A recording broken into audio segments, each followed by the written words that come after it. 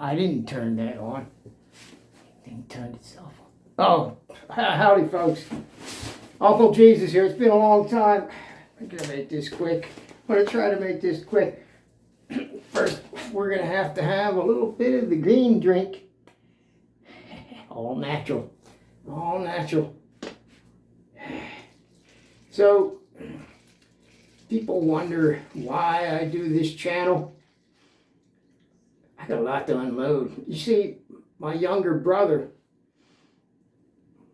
lives in holes in the ground and under bridges, even though he was brought up religious. Okay? So that's one of the reasons I do this channel. And yes, this is a combination of herbs. I thought I just cut my nose hairs last week and they're growing back again.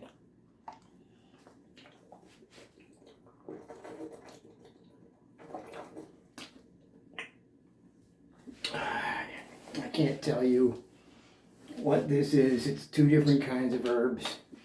Anyway, my brother he's been through hell for decades, and people keep praying for him, and they just don't get it, because what happens is, let's see if we can raise this up. Here, I got another Bible. I have some in here. We'll raise it up with the King James. No, we'll just do it like this. We'll just keep going. We have the other one here. Anyway, I want to make a point. People wonder, why do I go to the trouble to do this channel? For one thing, so many other channels, including the atheists, are boring. You're boring live streams. You haven't come to Uncle Jesus' channel, you big shot atheists. I come to your live streams. I go to the Christian live streams. They reject me. I have no one on my side, except for a few other nuts like myself that are fine people. Fine people to accept the craziness of the reality and try to look at it with a sense of awareness. Yeah. You heard what I said. So what I'm doing here, oh yeah. There's not many. One guy, he isn't boring. That's Uncle Sid. Uncle Sid is he's like, if you tried drinking whiskey and you never had before, that's Uncle Sid. But, geez, he'll make you flip your lid. He tells it like it is. He reads straight from the book. I don't want to give Uncle Sid a big head. So, anyway, look at this hat. You see this? Makes me look official, doesn't it? Well, fooled you. I'm not really official. Check it out. You got a whole nother stereotype of me now, don't you, sidewinders? Sidewinders. I'm going to sip of this here beverage here.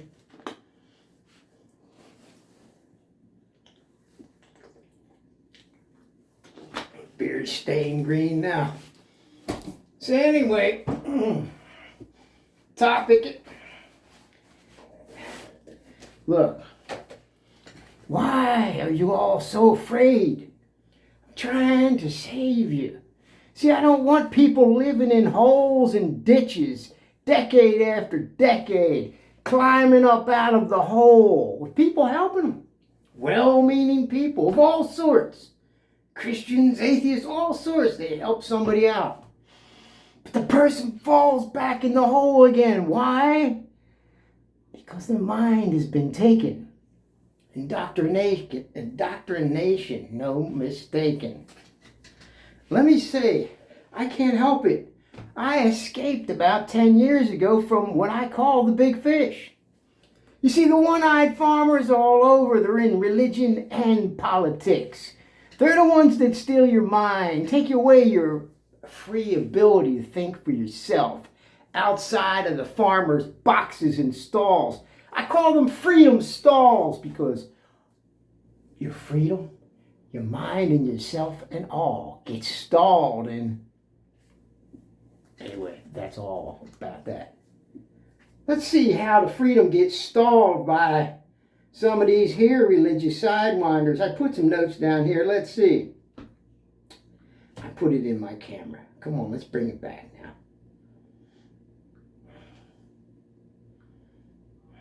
Here it is. Now I'm reading this big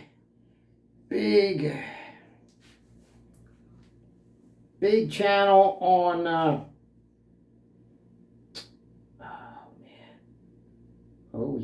oh yeah, the Bible product. It's not here, folks. I lost it. BN Ministries. Let me just tell you what they talked about. This preacher said everything B&W Ministries. Listings for B&W Ministries around Bethlehem. Here they are. Wrong kind, anyway. So anyway, I see these sidewinders that got these bunch of 1,000 subscribers. Hardly anybody watch it. They're telling all these verses about the devil's going to do this and watch out for the devil. And they got people believing the devil is going to get them around every corner. And they show them a verse, and I wish I still had it here. The one. They're showing these people who's watching it, Satan, the one. They want them to believe there's this one devil that's after them. There's no way the devil can be after all of you, because the devil was after me last night. You're now making Satan omnipresent. What the heck is wrong with you? You've given this power to the devil's omnipresent. Now, he's like all over, oh, that's his demon stuff. No, it says the one is after you to attack. Got everybody looking for the devil around every corner. What's the matter with you? Fear not. Jesus said, fear not. If you believe that, and if you believe that, whatever you believe, you put in your subconscious whatever you believe, and you act on your belief. Simple as that. Look, I was a real Christian. I'm not a Christian anymore. As of 10 years, about 10 years ago, I escaped the big fish. 40 plus years, a real Christian believer. Go ahead, call me a blasphemer now. I was more Christian than any of you. Questions, always made excuses for God. God allowed it. God didn't allow it. How do you think? You think everything happened? God's allowing it. God's allowing this. God's allowing that. How would he not allow something? Can you demonstrate how God would not allow something? On and on. God allows things. And if something bad happens, you blame it on the devil. But if God allows it and something good comes out of it, it's for God's glory. Just wait. You got people waiting and waiting their whole lives. They're waiting for my brother to get well in his mind after 40 years. And every time somebody helps him out, oh, the Lord is having mercy on him again. It's so sad to hear them say that. People help them again. What happened is his mind keeps slipping back into the old thought patterns because this religion convinced him he was possessed of demons.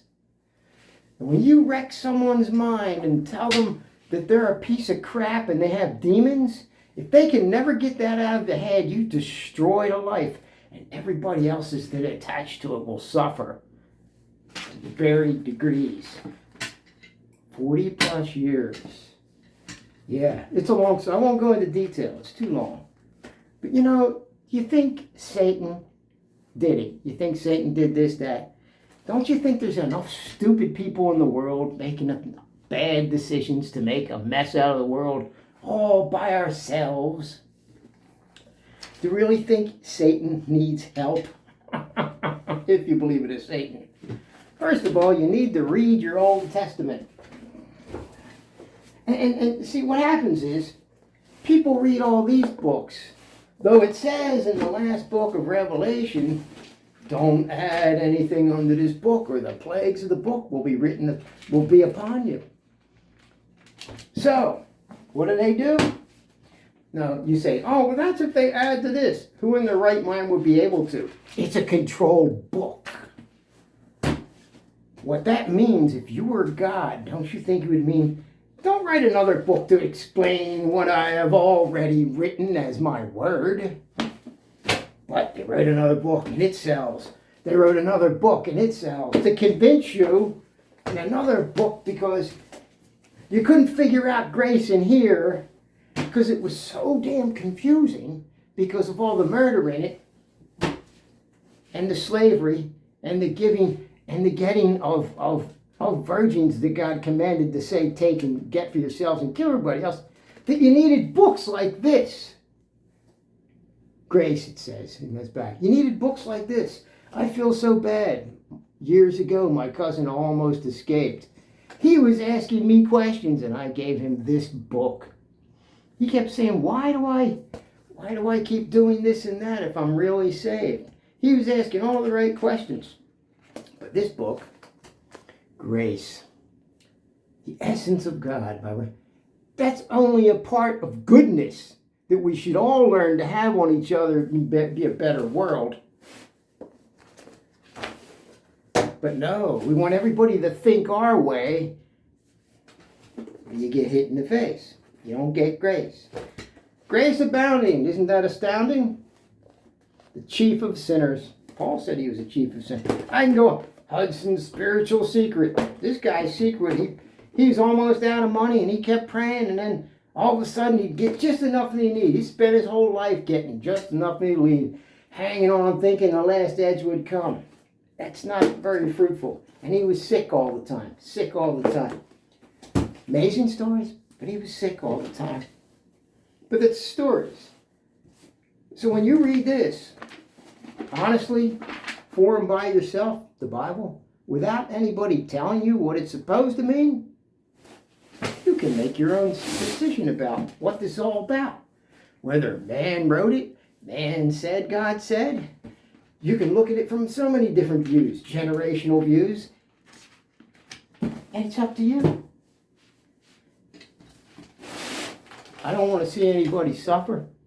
Uncle Jesus doesn't want to see people suffer. There was 2 churches I was at today. I was coming home. My cousin, Mr. Spatula, he did the video.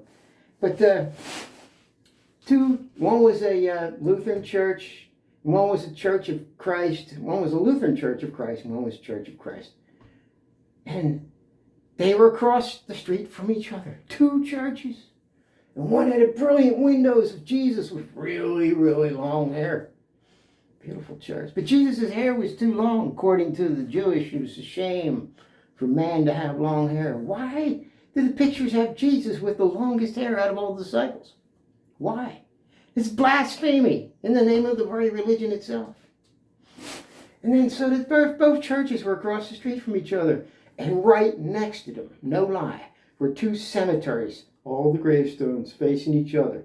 Divided by the street, of course, which was about 50 feet wide, 40, 50 feet wide. So that the cemetery meets, they're all dead, and all the gravestones are facing each other from this church to that church. They all died. Believing differently in their own heads,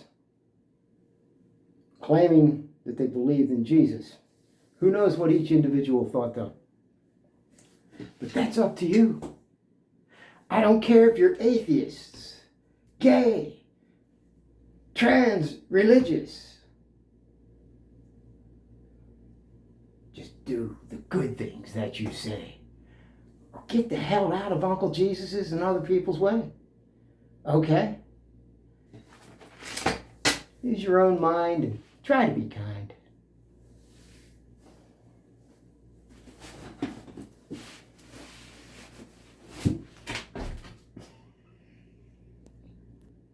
Oh, sorry, Lord, I forgot.